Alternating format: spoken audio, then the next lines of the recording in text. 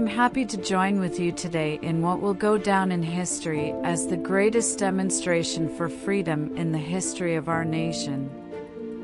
50 years ago, a great American, in whose symbolic shadow we stand today, signed the Emancipation Proclamation. This momentous decree came as a great beacon light of hope to millions of Negro slaves who had been seared in the flames of withering injustice.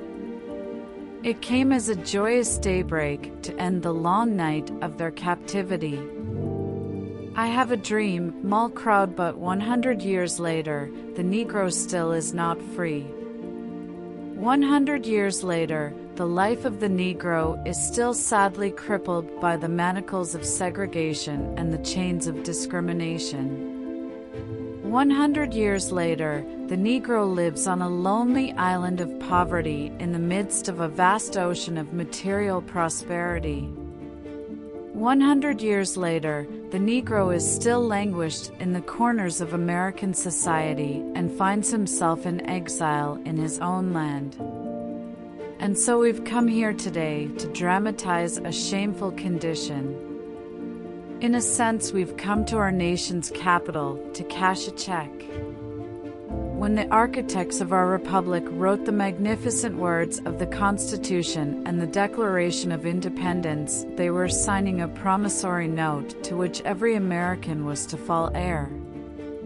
This note was a promise that all men, yes, black men as well as white men, would be guaranteed the unalienable rights of life, liberty, and the pursuit of happiness. It is obvious today that America has defaulted on this promissory note insofar as her citizens of color are concerned. Instead of honoring this sacred obligation, America has given the Negro people a bad check, a check which has come back marked insufficient funds.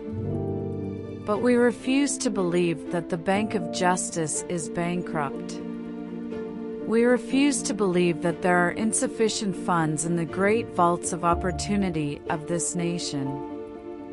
And so we've come to cash this check, a check that will give us upon demand the riches of freedom and the security of justice. We have also come to this hallowed spot to remind America of the fierce urgency of now. This is no time to engage in the luxury of cooling off or to take the tranquilizing drug of gradualism. Now is the time to make real the promises of democracy. Now is the time to rise from the dark and desolate valley of segregation to the sunlit path of racial justice. Now is the time to lift our nation from the quicksands of racial injustice to the solid rock of brotherhood. Now is the time to make justice a reality for all of God's children. It would be fatal for the nation to overlook the urgency of the moment. This sweltering summer of the Negro's legitimate discontent will not pass until there is an invigorating autumn of freedom and equality. 1963 is not an end, but a beginning. And those who hoped that the Negro needed to blow off steam and will now be content will have a rude awakening if the nation returns to business as usual. There will be neither rest nor tranquility in America until the Negro is granted his citizenship rights. The whirlwinds of revolt will continue to shake the foundations of our nation until the bright day of justice emerges.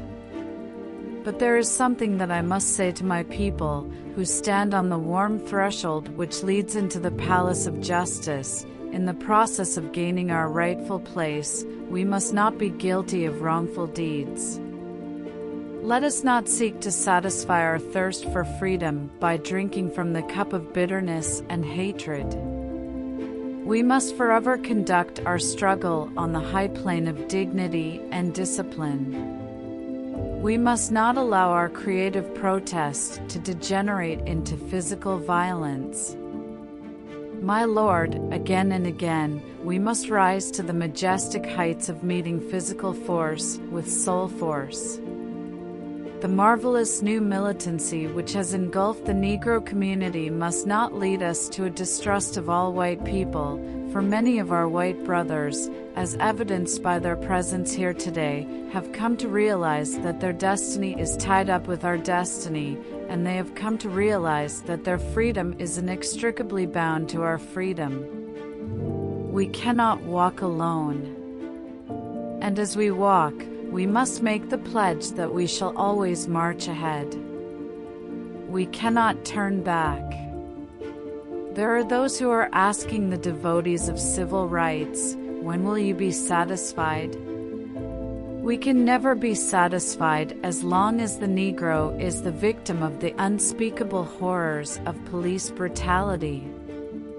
We can never be satisfied as long as our bodies, heavy with the fatigue of travel, cannot gain lodging in the motels of the highways and the hotels of the cities.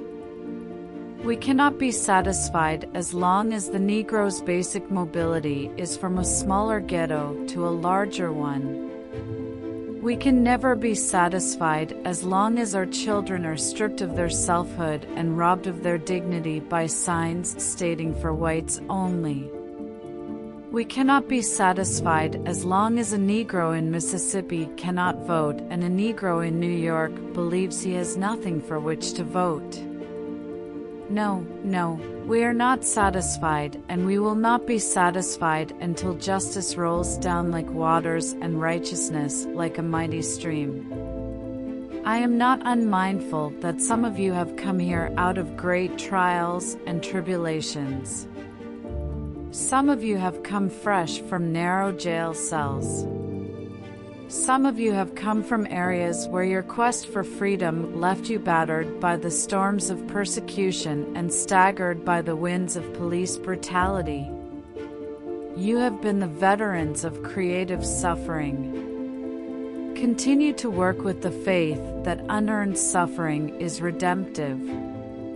Go back to Mississippi, go back to Alabama, go back to South Carolina, go back to Georgia, go back to Louisiana, go back to the slums and ghettos of our northern cities, knowing that somehow this situation can and will be changed. Let us not wallow in the valley of despair. I say to you today, my friends, so even though we face the difficulties of today and tomorrow, I still have a dream. It is a dream deeply rooted in the American dream. I have a dream that one day this nation will rise up and live out the true meaning of its creed. We hold these truths to be self-evident, that all men are created equal. I have a dream that one day on the red hills of Georgia, the sons of former slaves and the sons of former slave owners will be able to sit down together at the table of brotherhood. I have a dream that one day even the state of Mississippi, a state sweltering with the heat of injustice, sweltering with the heat of oppression, will be transformed into an oasis of freedom and justice. I have a dream that my 4 little children will one day live in a nation where they will not be judged by the color of their skin, but by the content of their character. I have a dream today. I have a dream that one day down in Alabama, with its vicious racists, with its governor having his lips dripping with the words of interposition and nullification, one day right there in Alabama little black boys and black girls will be able to join hands with little white boys and white girls as sisters and brothers. I have a dream today. I have a dream that one day every valley shall be exalted, every hill and mountain shall be made low, the rough places will be made plain, and the crooked places will be made straight, and the glory of the Lord shall be revealed, and all flesh shall see it together. This is our hope. This is the faith that I go back to the South with.